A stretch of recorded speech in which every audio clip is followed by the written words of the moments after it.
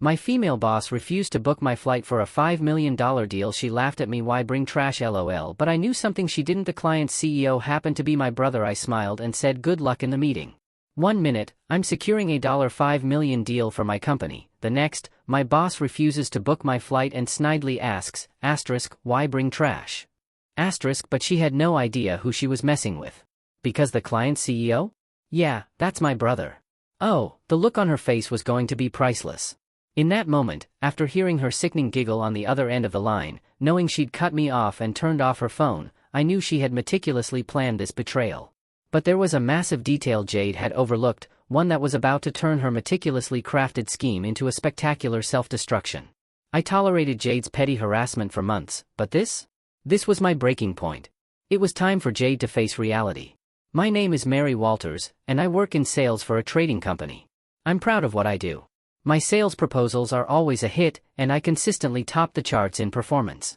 I've been called the ace of the sales department, thanks to my positive attitude, strong people skills, and deep product knowledge. But trust me, it wasn't always like this. When I first started, fresh out of high school, I made so many mistakes. I hated studying back then. I thought I could charm my way to sales with just smooth talk. I often felt like I couldn't measure up, especially compared to my brilliant brother. No matter how hard I studied, my grades just weren't his. I remember the subtle sting when my parents praised him, feeling like they were judging me. I studied relentlessly, had tutors, went to cram school, but still, I barely scraped a 600 on my SATs. My brother? He aced it, nearly 1600, got into a top university. I just couldn't live up to their expectations. So I quit. I decided college wasn't for me, thinking I could escape studying altogether. Boy, was I wrong. Life, especially in the workforce, is all about continuous learning. Everything changed one day when I recommended a product that was perfect for a customer, even if it wasn't what they originally intended to buy. Seeing that customer's genuine smile, their heartfelt thanks for really listening to them, it was a revelation. It hit me, by learning, I could truly help people. I could make them smile. For the first time, studying felt incredibly rewarding. From that day on, I became obsessed with understanding our products better than anyone. And that dedication is why I am where I am today. But good results, unfortunately, often attract the wrong kind of attention. Lately, that attention has come from Jade. She joined us 6 months ago, same age as me. She supposedly was a top salesperson at her last company. I was assigned to train her. Nice to meet you, I'm Mary Walters. I'll be training you, so feel free to ask anything. I said, extending my hand. She looked me up and down, a sneer already forming. You're my trainer? You seem unreliable. Are you sure this is okay? Her words hit me like a slap. Even then, I knew I didn't like her. But work is work. I decided to be professional. I showed her everything, carefully, seriously. I even showed her how I'd include a handwritten thank you note with shipments. Mary, are you really using such an inefficient method? Unbelievable. This product is more popular than that one, you should know that just by thinking logically. She'd say things like that, constantly. Sure, a thank you note takes time, and some people might toss it. But others appreciate it. It's about expressing gratitude. And as for products? It's not about popularity, it's about what the customer needs. If they want vitamin C, you don't push a sugary, popular fruit, you suggest acerola, which has more. It's about listening, understanding, and tailoring. My approach might seem inefficient to some, but it's how I build trust. I didn't think it deserved her mocking laughter, especially from a position of superiority. Even though I knew I wasn't wrong, being laughed at and criticized for everything I taught her was incredibly hurtful. A month later, sales results were announced. As usual, I was the top performer. Everyone applauded, everyone praised me, except Jade. She just glared, a venomous, jealous look, biting her lip in sheer frustration. From that day, her attitude towards me completely soured. When I tried to explain product knowledge, she'd sneer, "You're such a nerd for remembering all that detail."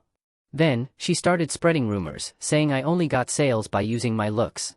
Thankfully, nobody believed her, but the sheer malice was shocking. What had I done to make her hate me so much? I thought, okay, her training period is just 1 month.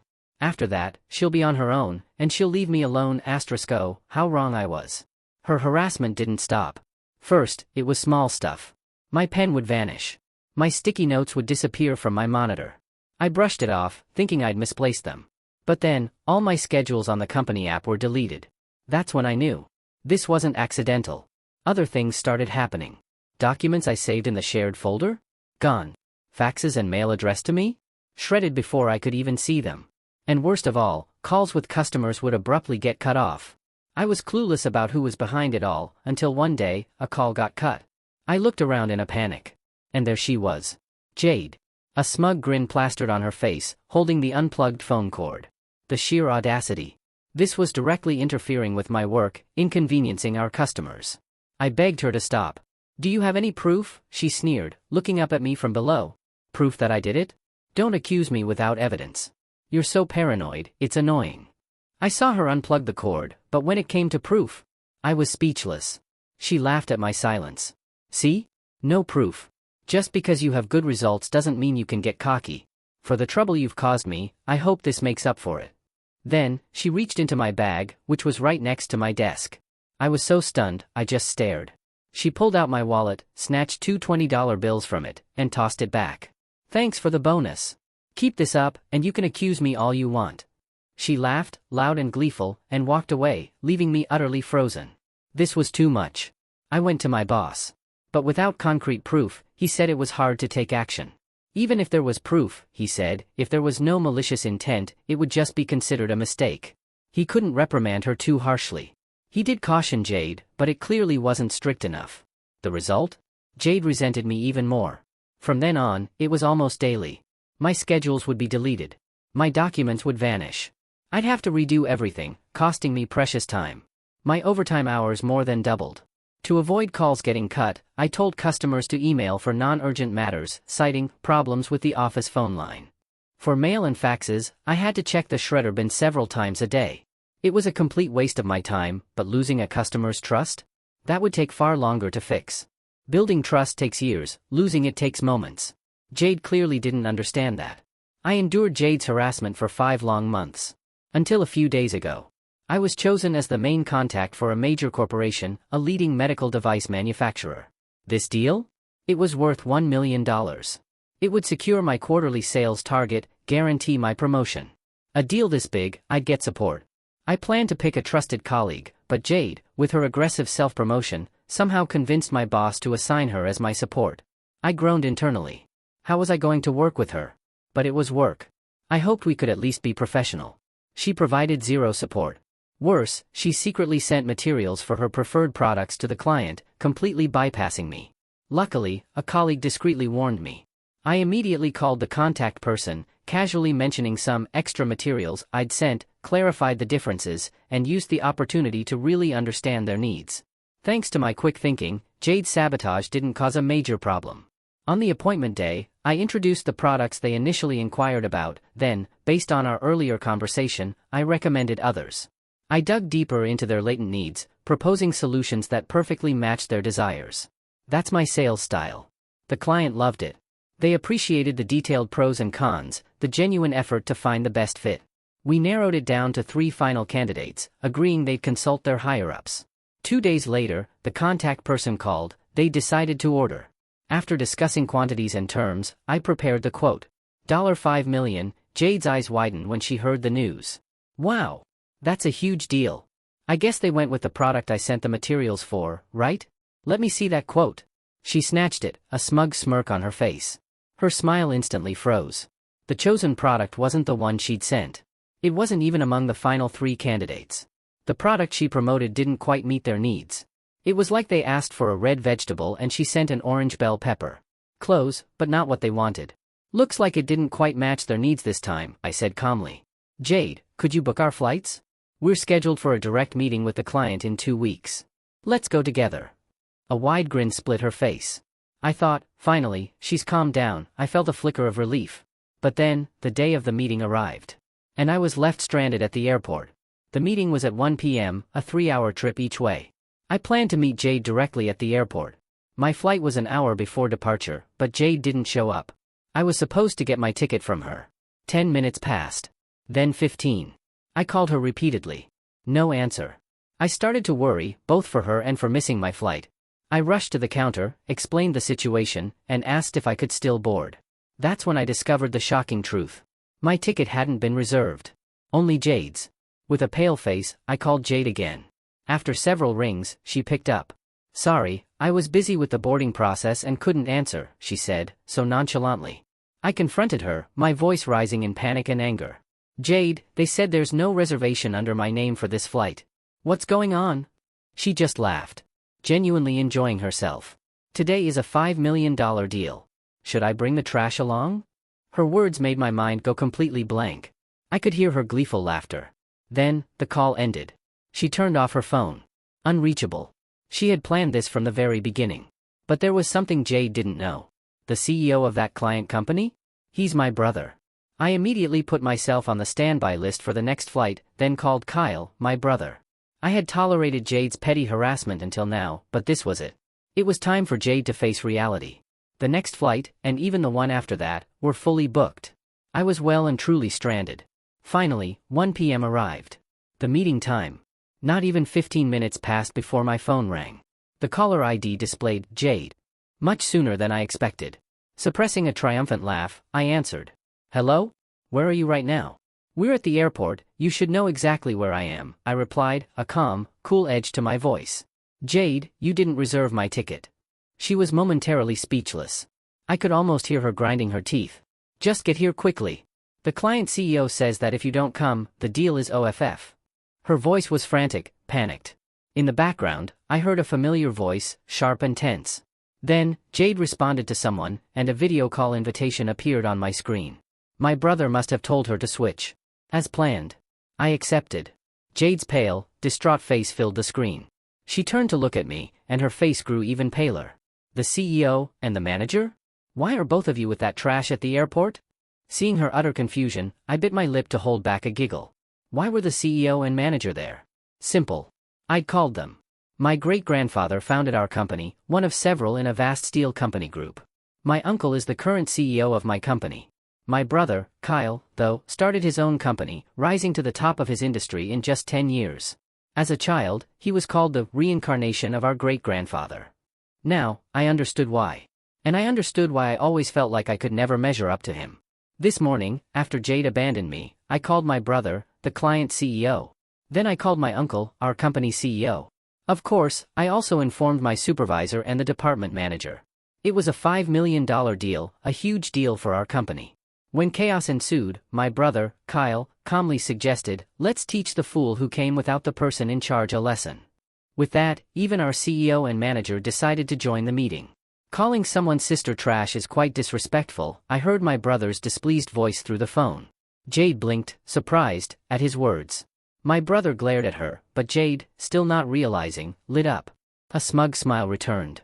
So, you were favoring her because she's your sister, Kyle? That's not good for the company.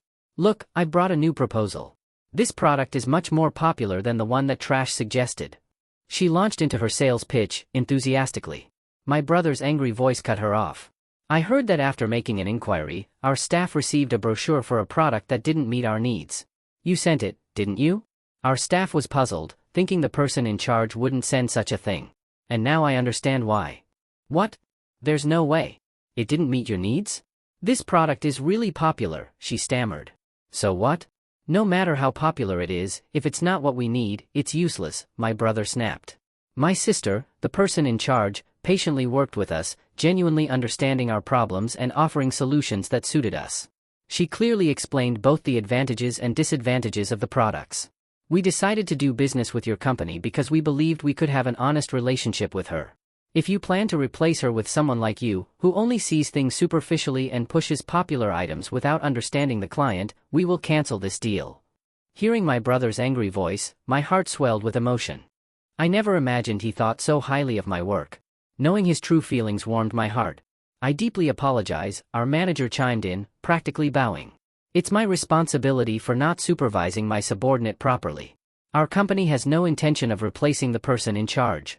We sincerely apologize for taking your time today. Could we possibly reschedule? We will ensure that Mary will be there. Our CEO and manager kept apologizing, completely humbled by my brother's anger. Jade stood there, stunned and pale, not expecting this outcome. My brother, for the sake of our company and manager, finally said he would let it go. The situation was resolved. As Jade returned to the office, just before hanging up, I faintly heard our manager's angry voice. And Jade's gasp. Jade, ordered to return immediately, came back to the office after business hours. She shuffled onto the sales floor where the manager and I were waiting. She looked utterly exhausted, her face a mess. But I felt no pity. This was all her own doing. "What is the meaning of this?" the manager exploded the moment she entered, looking like he could throttle her. "Sir, I was set up. Please, believe me," Jade cried, tears welling up. She clung to the manager, pressing her chest against his arm, looking up pleadingly. "How?" the manager asked, not entirely displeased by her physical proximity. Jade lowered her face sadly, but then, she gave me a wicked little smile. She was plotting again. "The truth is, Mary ordered me to go alone today. I told her she was the person in charge, but she said I was being impertinent for not obeying her, even though I'm a new hire. She threatened to harass me until I quit if I refused." The manager looked back and forth, from tearful Jade to me. "Is that true?" "Of course not. What she said isn't true." I denied it firmly. "That's not true. In fact, I've been the one getting harassed by Jade." "You're just making things up. You don't have any proof," Jade retorted, using my own words against me, smirking smugly. She thought she had me cornered. I smiled sweetly at her. "Oh, but I do have proof." Jade's voice sounded foolish, like a sudden squeak, as she reacted to my words. Ignoring her, I pulled out my phone. I opened the latest audio file. It was a recording. My conversation with Jade at the airport this morning. The exchange played for the room. When it reached the part where Jade said, "Today is a $5 million deal. Should I bring the trash along?" The manager's eyebrows shot up. "So it was you, Jade. You're the cause." "I never said that. It's fabricated," she shrieked. "Oh, really? Then is this also fabricated?" I continued, playing more audio files, each one containing a rude remark Jade had made to me.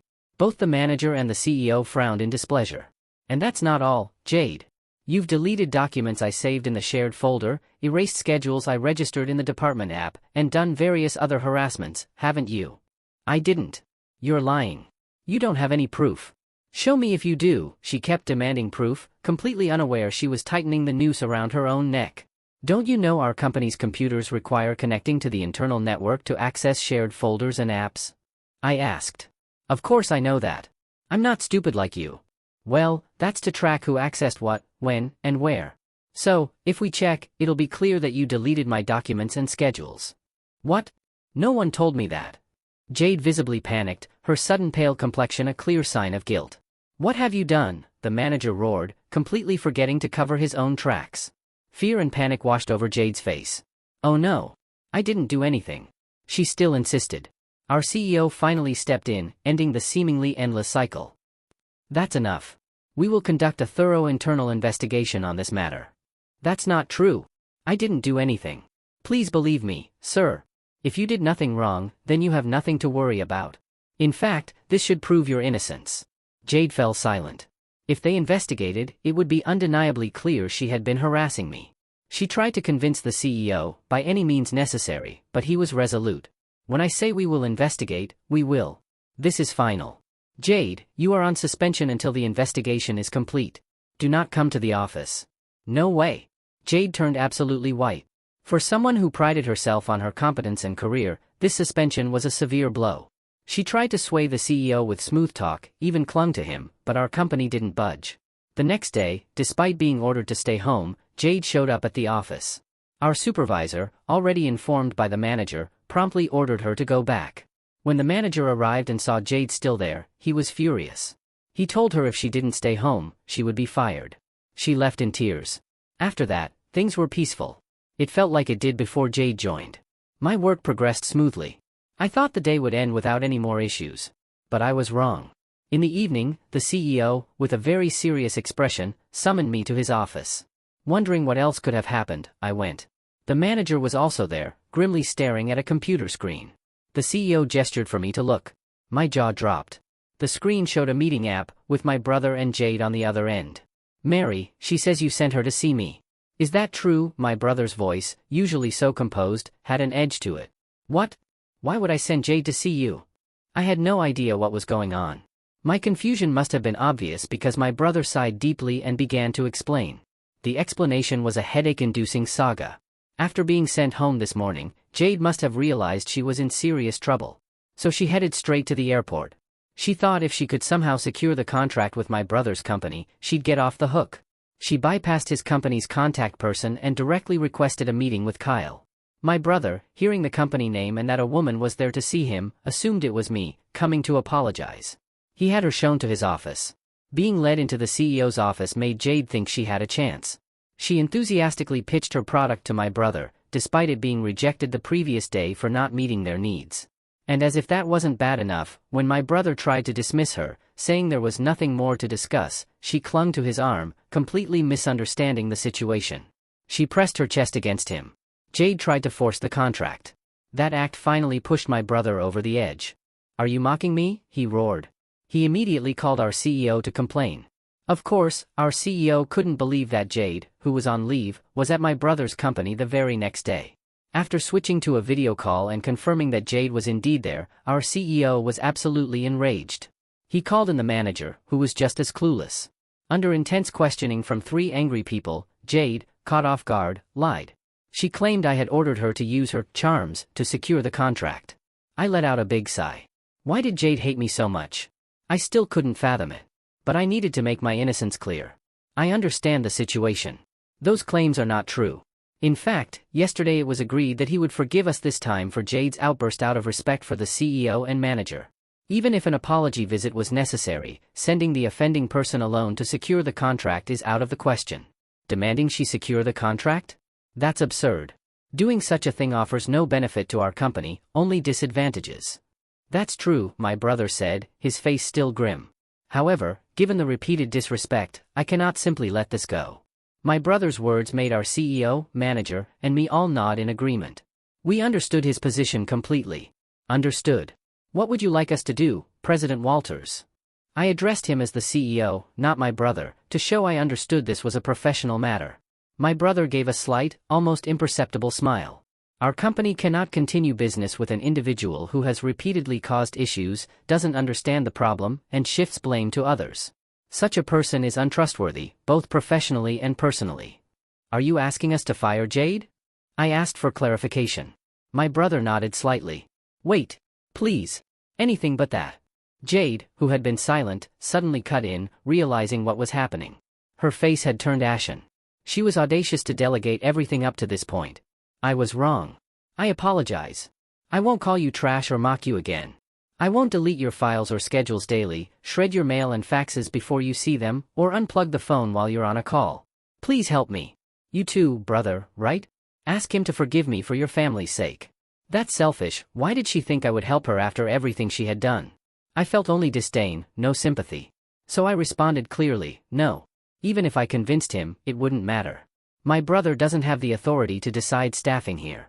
I didn't mention that our CEO, my uncle, did hold that authority, and perhaps a family plea might work for him. But I chose not to. On the screen, Jade crumpled to the floor, her face full of despair. It gave me a small, quiet sense of satisfaction. Jade was picked up by the manager that same day. Our CEO decided she might cause more trouble if left alone, even after being told to go home. The next day, Jade was terminated immediately, even before her probation period ended. But it didn't end there. She was also sued for substantial damages by the company. Her harassment caused work disruptions and ruined deals. The contract with my brother's company would now be challenging to secure under the initial terms. Our company would have to make concessions on price and conditions to make up for the trouble. Even the travel expenses Jade incurred to visit my brother's company were billed to her. Moreover, the CEO was so furious that he intended to ensure Jade wouldn't be hired by any affiliated companies. But that won't be enough. The Vestal Company Group, to which our CEO's company belongs, is a major conglomerate in various sectors. Finding a company in the country with no ties to Vestal would be nearly impossible. Who would want to hire someone disliked by the founder's family? Jade would likely face a tough future, paying off a significant debt without being able to find decent work. As for me, I finally regained peace in my life after Jade left. Having my work recognized by my brother, whom I had always felt inferior to, boosted my confidence at work in a way I never expected. Maybe this newfound confidence was noticeable because a longtime client remarked, "You were always reliable, but lately, you seem more assured and dependable." My sales performance improved, and I was on track to achieve my best year yet. There were other positive changes, too. For the first time in a long while, I felt like visiting my family. I had avoided going home since starting my job, due to those persistent feelings of inadequacy compared to my brother. But this Thanksgiving Day, I felt like it might be nice to spend time with my parents and my brother. Recent cases had made me feel that way. Would my family be pleased with my progress? Though my pace was slower than my brother's, I was still moving forward. With a mix of excitement and anxiety, I looked forward to the approaching holiday. Have you ever faced someone who tried to sabotage your career? How did you handle it? I'd love to hear your stories in the comments below.